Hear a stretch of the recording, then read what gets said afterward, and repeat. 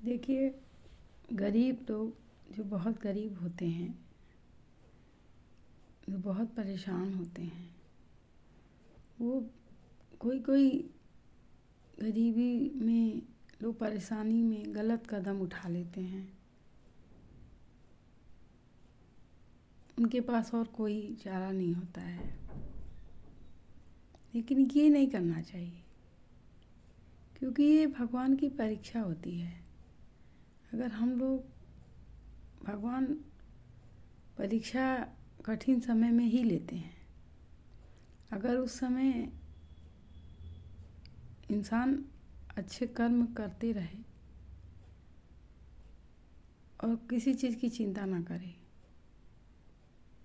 ये ना सोचे भगवान कभी कभी, जैसे देखिए कौन से राजा थे जिसने सत्य का उनके लिए वो कहा जाता था, अरे हरिश्चंद्र, सॉरी, वो थे।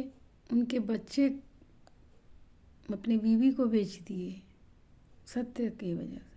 उनका बच्चा मर गया, लास्ट पे भगवान ने उसको भी जिंदा किए, सारी स्थितियाँ सही की।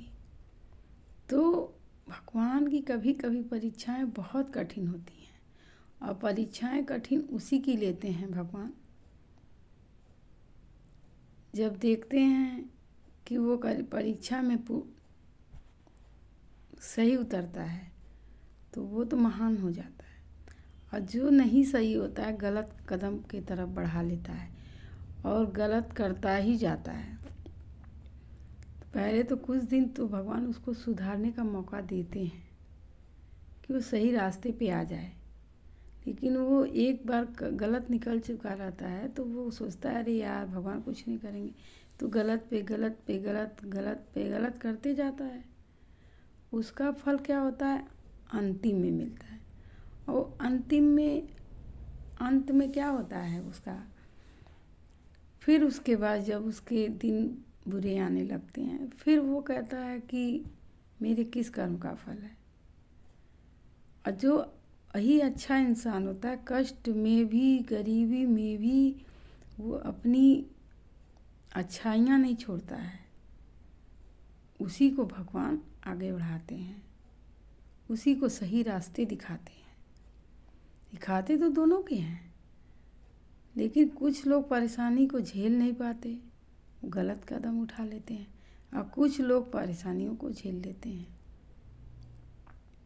जैसे हम स्टूडेंट हो, अच्छा स्टूडेंट हो पढ़ने में, तो उसकी एक से एक कठिन कठिन परीक्षाएं ली जाती हैं ताकि कितना आगे जा सकता है। वो और कंपटीशन, हार्ड कंपटीशन के लिए बैठता है, वो टर्म कंपटीशन में बैठता है, तो वो एक दिन नाम कमाता है।